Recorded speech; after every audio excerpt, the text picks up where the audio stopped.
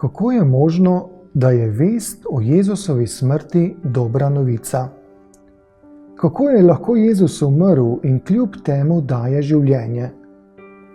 To so vprašanja, na katera ljudje pogosto poskušamo odgovoriti, vsaj tisti, ki služimo Jezusu. Toda odgovor je vedno tukaj pred nami. Najdemo ga v evangeliju, ki ga je napisal evangelist Marko.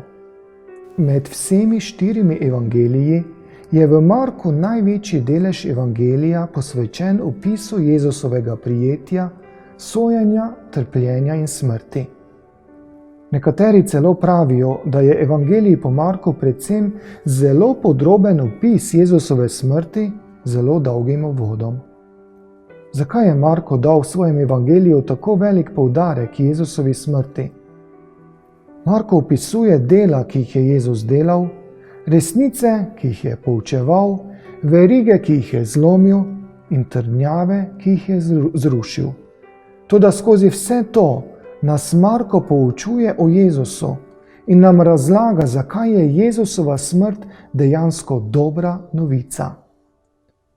Ko se je Jezus pogovarjal z ljudmi, je bila pogosto tema pogovora Božje kraljestvo. Se pravi, Jezus je pogosto govoril o Božji vladavini miru, ki jo bo kmalu vzpostavil. Toda presenetljivo, vmes med temi pogovori in pridigami najdemo tudi napovedi o njegovem lastnem križanju. Pridige in učenja, ki jih najdemo v evangeliju po Marku, nas počasi pripravljajo na Jezusovo smrt in nam sporočajo, da je Božje kraljestvo lahko ustanovljeno samo z Jezusovo smrtjo. Ko je Jezus govoril o odpuščanju, se nam zdi, kot da je govoril o izpustitvi zapornikov iz ječe. Ko je ozdravil invalida, je pokazal skeptikom, da prava ječa ni neka bolezen, ampak ujetost v grehu in v kazni za greh. V vsakem čudežu, ko je Jezus premagal neko zlomljenost ali uničenost, nam Marko kaže, da ima Jezus oblast, da nudi odpuščanje.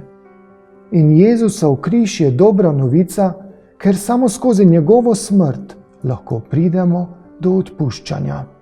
Ko je Jezus izganjal demone, je oznanjal prihod njegovega kraljestva. Zavzemal je ozemlje, kateremu so vladale sovražnikove legije. Osvobajal je vse, ki so bili pod sovražnikovo okupacijo.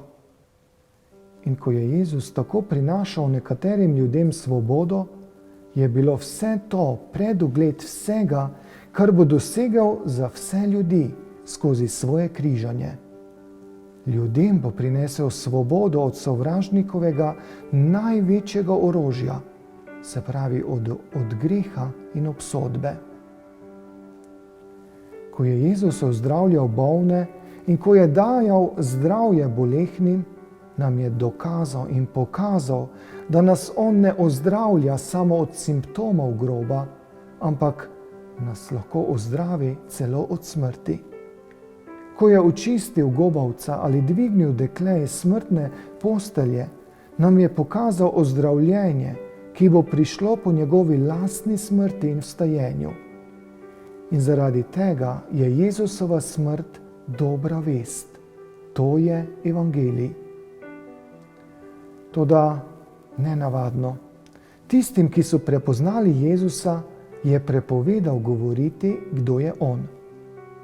Zakaj so morali molčati o tem, kdo je on?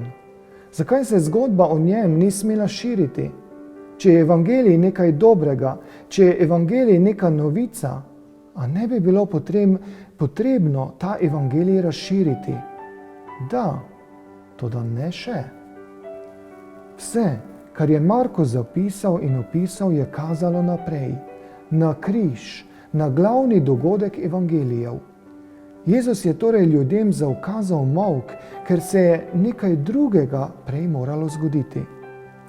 Zgoditi se je moralo to, kar so vsa Jezusova dela opisovala in nakazovala. Jezus je moral biti izročen pismoukom in velikim duhovnikom, ter potem še Rimljanom, ki so ga križali.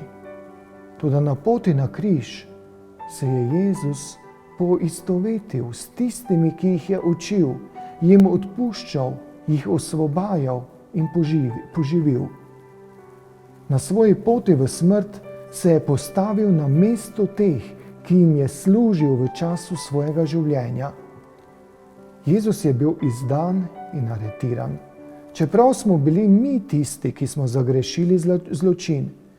Bil je po krivem obsojen, toda njegova sodba bi morala biti naša. Bil je obsojen tako, da je lahko odpustil tistim, ki so si zaslužili sodbo, ki jo je sam prostovoljno izbral. On, ki je osvobodil duhovno obsedene, je bil sam tretiran kot blaznež. Norčevali so se iz njega, češ da nima moči, da bi se rešil in da nima kraljestva. Njega, ki je imel vso moč in oblast, so pokončali zemeljski vladarji. In končno odpeljali so ga izven mesta, kjer je lahko dal svoje življenje v odkupnino za mnoge. Bolezni, katerih je ozdravil druge, je vzel na samega sebe. Sovražnikom, ki jih je predtem že premagal, se ni zoperstavil. Plačal je dolg za odpuščanje, ki nam ga danes nudi. Svojo smrtjo je ustanovil svoje kraljestvo. In dokler se vse to ni zgodilo, ni imel še nihče dobre novice. Torej, zakaj je vest o mrtvem Jezusu dobra novica? Kako je lahko Jezus umrl in kljub temu daje življenje? Brez njegove smrti bi mi vsi še vedno bili obsojeni, tudi skozi njegovo smrt smo ustvarjeni na novo. To želi Marko, da vidimo v Jezusovi smrti. Se pravi, da je bil Jezusov križ del Božjega načrta, da nas reši in osvobodi. Toda to, da je Jezus umrl, samo po sebi ni dobra vest. Evangelij ni samo to, da je Jezus šel v smrt. V zaključku Evangelija po Marku beremo, da so žene prišle k Jezusovemu zadnjemu počivališču, toda v grobu niso videle Jezusa, ampak samo angelske priče. In evangelist Marko s tem zaključi svoj zapis Evangelija. Pusti nas na mestu, kjer je Jezus umrl, pusti nas ob praznem grobu. Zraven so samo prestrašene, molčeče in zmedene žene. Postavlja se nam vprašanje, kaj nam hoče Marko sedaj s tem sporočiti? Marko nam je povedal, kaj vse je Jezus naredil. Razložil nam je, o čem je Jezus učil in govoril.